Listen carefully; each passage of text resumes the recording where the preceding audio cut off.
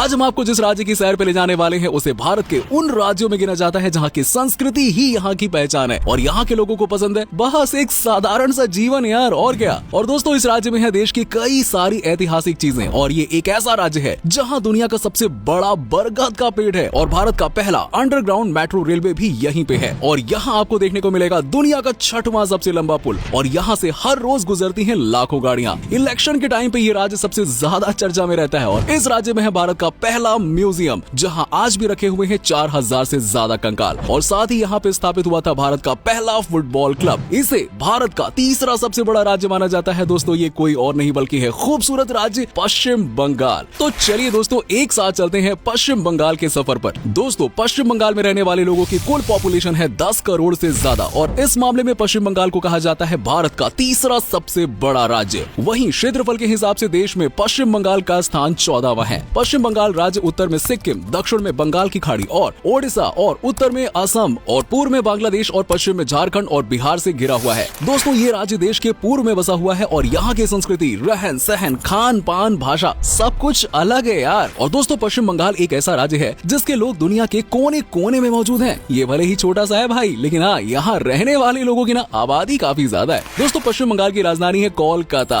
और कोलकाता इस स्टेट की राजधानी होने के साथ ही साथ पश्चिम बंगाल का सबसे बड़ा शहर भी है। पहले इस राज्य को कलकत्ता के नाम से जाना जाता था लेकिन आज कोलकाता।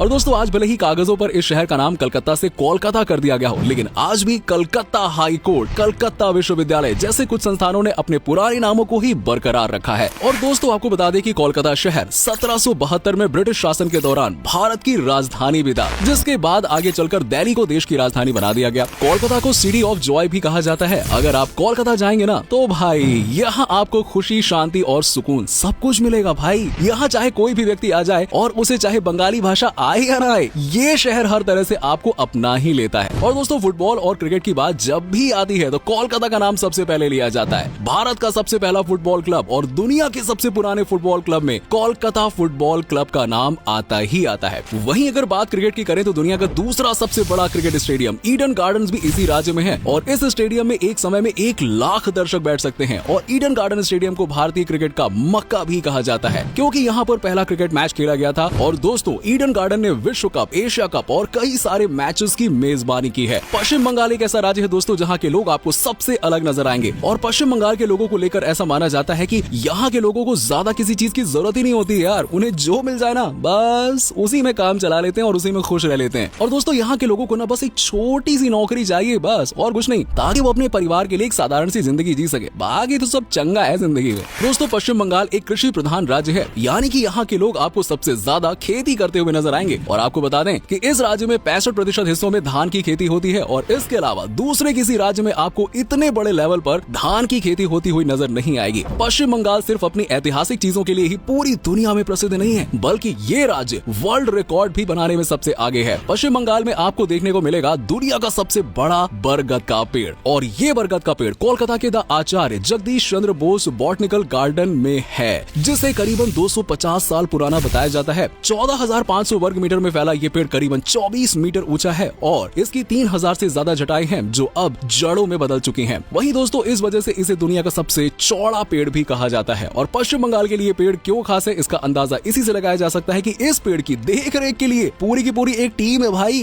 दोस्तों पश्चिम बंगाल में शांति निकेतन नाम का एक गाँव है जिसे 1921 में रविंद्रनाथ टैगोर द्वारा स्थापित किया गया था और ये विश्व प्रसिद्ध विश्व भारती विश्वविद्यालय के लिए प्रसिद्ध है। दोस्तों आपको बता दें कि दुनिया का 6वां सबसे लंबा और इकलौता सबसे व्यस्त पुल इसी राज्य में है। कोलकाता का हावड़ा ब्रिज दुनिया भर में प्रसिद्ध है और इस पुल का निर्माण ब्रिटिश राज में साल 1936 में शुरू हुआ था। हावड़ा ब्रिज पर हर रोज 1 लाख से भी ज्यादा गाड़ियां गुजरती हैं और 5 लाख यात्री इस पर चलते हैं। अनुमान ये है कि इस बड़े पुल को बनाने में 333 करोड़ रुपए से ज्यादा खर्च किए गए थे। आज हावड़ा ब्रिज को पश्चिम बंगाल की शान माना जाता है और इस पुल पर कई फिल्मों की शूटिंग भी की जा चुकी है। यहाँ शूट की गई फिल्मों में बर्फी, लव आजकल आदि शामिल है। अरे भाई लंबी लिस्ट है यार, 1-2 ही बताऊंगा। खैर दोस्तों हावड़ा ब्रिज को लेकर ना एक मजेदार बात यह है कि गर्मियों के दिनों में इसकी लंबाई अपने आप ही बढ़ जाती है यार और गर्मियों के दिनों में इसकी लंबाई करीबन 3 फीट तक बढ़ जाती है। सोचो यार, क्योंकि ज्यादा तापमान में ना स्टील पिघलती है और फैलने लगती है। बस सिंपल है। पश्चिम बंगाल में आते ही आपको ऐसी ऐसी चीजें देखने को मिलेंगी ना जो इस राज्य को सबसे अनोखा बनाती है। जैसे कि यहाँ पीली टैक्सी और कहीं नहीं मिलेगी, यहीं देखने को मिलेगी। और कोलकाता में पीले रंग की टैक्सी पिछले कई दशकों से इस राज्य की पहचान रही है। आपको यहाँ कुछ मिले ना मिले लेकिन आपको सड़कों पर दौड़ दौड़ती हुई पीली टैक्सी जरूर दिख जाएगी। अगर आपको पश्चिम बंगाल को एक्सप्लोर करना है ना, तो आप इस पीले रंग की टैक्सी को हायर कर सकते हैं और फिर जहाँ चाहे वहाँ जाओ। बंगाली भाई आपसे बात भी करेंगे और आपको एंटरटेन भी करेंगे। वैसे दोस्तों, पीली टैक्सी के अलावा आपको पश्चिम बंगाल में एक जगह से दूसरी जगह जाने के लिए ट्राम्स और हाथ से चलाई जाने वाली रिक्शा गाड़ी भी देखने को मिल जाएगी। और भारत के साथ साथ पूरे एशिया में चलने वाला सबसे पुराना इलेक्ट्रिक ट्राम सिस्टम कोलकाता में है। वही दोस्तों, भारत के पहले अंडरग्राउंड मेट्रो रेलवे की शुरुआत यानी कि योजना और संचालन कोलकाता में किया गया था। और साथ ही आपको बता दें कि पश्चिम बंगाल के दार्जिलिंग में स्थित घूम रेलवे स्टेशन भारत में सबसे ऊंचा रेलवे स्टेशन होने के लिए प्रसिद्ध है। दोस्तों, हम दावे के साथ कह सकते हैं कि आप लोगों को चाइनीज खाना तो बहुत ही ज्यादा पसंद होगा। भारत में पिछले कुछ सालों में चाइनीज फूड की डिमांड काफी बढ़ी है, लेकिन क्या कभी आपने सोचा है कि भारत में चाइनीज खाने की शुरुआत कहां से हुई है? अरे यही पश्चिम बंगाल से यार। आज से करीबन 88 साल पहले इंडो चीनी रेस्टोरेंट एओ चियू कोलकाता में खोला गया था। और इस रेस्टोरेंट का चाइनीज फूड लोगों को इतना पसंद आया कि लोगों ने इंडियन छोड़ के चाइनीज ही खाना शुरू कर दिया भाई। अब खाने की बात चली रही है तो आपको बता दें कि पश्चिम बंगाल में मछली और चावल खाना सबसे ज्यादा पसंद किया जाता है। वैसे भी कहते हैं यार, बंगाली भाई हैं तो मच्छी भात तो खाएंगे है ना। बंगाल में फिश करी सबसे ज्यादा फेमस है और बंगाली लोग फिश खाना सबसे ज्यादा पसंद करते हैं। फिश करी को गर्म चावल के साथ चटकारे लेकर खाया जाता है। और रसगुल्ला तो भैया क्या ही कहना यार, रसोगुल्ला कहते हैं उसे वैसे तो। दोस्तों, इस राज्य की सबसे बड़ी पहचान यही है और कहा जाता है कि यही रसगुल्ले की आविष्कार यहाँ पे हुआ था। बंगाल की हर मिठाई अपने आप में जादू बिखेरती है, लेकिन रसगुल्ले की तो भाई बात ही कुछ और है यार। कोलकाता में आपको गुड़ की चाशनी वाले रसगुल्ले खाने को मिलेंगे और झाल मुड़ी यहाँ की सबसे पसंदीदा स्नैक्स है। इसके अलावा पश्चिम बंगाल में आपको लूची आलू डोम, कीमार दोई बोरा, काठी रोल्स, डाब चिंगरी जैसे कई सारी दिल लुभाने वाली डिशेस खाने को मिल जाएंगी। सब खाओ, पेल के खाओ, सब टेस्टी है यार। वहीं अगर बात करें पश्चिम बंगाल के प्रमुख त्योहारों की, तो यार बंगाल में वैसे तो कई सारे ऐसे त्योहार हैं जो काफी बड़े स्तर पर मनाए जाते हैं, लेकिन जब बात आती है दुर्गा पूजा की, भाई क्या ही कहना। पश्चिम बंगाल के लोगों में ना जितना उत्साह दुर्गा पूजा को लेकर रहता है, उतना शायद ही किसी दूसरे त्योहार को लेकर हो। पूरे भारत के मुकाबले पश्चिम बंगाल में अकेले ही बहुत अच्छे तरीके से और धूमधाम तरीके से दुर्गा पूजा मनाई जाती है। अब दोस्तों, ये त्योहार सितंबर या फिर अक्टूबर के महीने मनाया जाता है और इस त्योहार को लेकर पश्चिम बंगाल में एक खास और अलग ही तरह की मान्यता है। बंगालियों को मानना है कि देवी दुर्गा के आगमन के साथ पश्चिम बंगाल के सभी लोगों के बीच समृद्धि आएगी। दुर्गा पूजा यहाँ 5 दिनों के लिए मनाई जाती है और इसके बाद यहाँ का सबसे बड़ा त्योहार नबो बोर्शे है। नबो बोर्शो बंगाली समुदाय का बंगाली न्यू ईयर है। ये बैसाख के महीने में या फिर अप्रैल के महीने मनाया जाता है। ये दोनों ही त्योहार बंगाल के काफी बड़े त्योहार हैं जो बहुत ही अच्छे तरीके से मनाए जाते हैं। जवाई षष्ठी ये एक ऐसा त्योहार है जिसमें दामाद को खूब सारा खाना खिलाया जाता है। और इसके अलावा यहाँ चरक पूजा, जगन्नाथ रथ यात्रा जैसे त्योहार भी बड़े धूमधाम से मनाए जाते हैं। चलिए अब बात करते हैं पश्चिम बंगाल के उन जगहों के बारे में जहाँ पे आप घूमने के लिए जा सकते हैं। शुरुआत आप कोलकाता से करें। सीधी बात है भाई, कलकत्ता बेस्ट है। देश की ऐतिहासिक धरोहरों में से एक विक्टोरिया मेमोरियल इसी राज्य में है। कोलकाता में बनाया गया विक्टोरिया मेमोरियल पश्चिम बंगाल के साथ पूरे भारत का सबसे पॉपुलर टूरिस्ट स्पॉट है। इसे रानी विक्टोरिया की याद में बनाया गया था। और इस मेमोरियल से जुड़ी हुई दिलचस्प बात एक ये भी है कि आज जहाँ ये मेमोरियल है, वहाँ कई सालों पहले प्रेसिडेंसी जेल हुआ करती थी। और दोस्तों, देश का पहला और सबसे बड़ा म्यूजियम पश्चिम बंगाल में ही है, जो इंडियन म्यूजियम के नाम से प्रसिद्ध है। इस म्यूजियम में हड़प्पा सभ्यता की वस्तुएं भी रखी गई हैं और आप हड़प्पा सभ्यता के वक्त के सामान और बर्तन, पुराने तिब्बती और पारसी मंदिरों के डिजाइन भी देख सकते हैं। साथ ही यहाँ आपको देखने के लिए मिल जाएंगे 4000 साल पुराने कंकाल। 200 सालों से भी ज्यादा पुराने इस म्यूजियम को देखने सिर्फ भारत से ही नहीं बल्कि दुनिया के कोने कोने से लोग आते हैं। और दोस्तों, देश में म्यूजियम की शुरुआत भी इसी पुराने म्यूजियम से हुई थी। और ये म्यूजियम इतना बड़ा है कि अगर कहीं से आप घूम जाओ ना, तो 2 से 3 दिन का वक्त लग जाएगा आपको ढूंढने में। दोस्तों, साथ ही आप दार्जिलिंग जा सकते हैं, जो कि भारत का प्रमुख हिल स्टेशन में से एक है। दार्जिलिंग अपने खूबसूरत और विशाल चाय के बागानों के लिए प्रसिद्ध है। और दोस्तों, यहाँ पर इतने सुंदर पर्यटन स्थल है कि बस घूमने पहुंच तो जाओ, मजा अपने आप आ ही जाएगा। दार्जिलिंग जिन पहाड़ियों पर बसा हुआ है, उन्हें कंचनजंगा पर्वत श्रृंखला का हिस्सा माना जाता है, जहां आपको चारों तरफ हरे भरे पेड़ ही नजर आएंगे। और इसी शहर में एशिया की सबसे लंबी रोपवे मौजूद है। इसके अलावा आप पश्चिम बंगाल में दीघा, मायापुर, कोच बिहार, मुर्शिदाबाद जा सकते हैं, जो यहाँ के प्रमुख शहर हैं।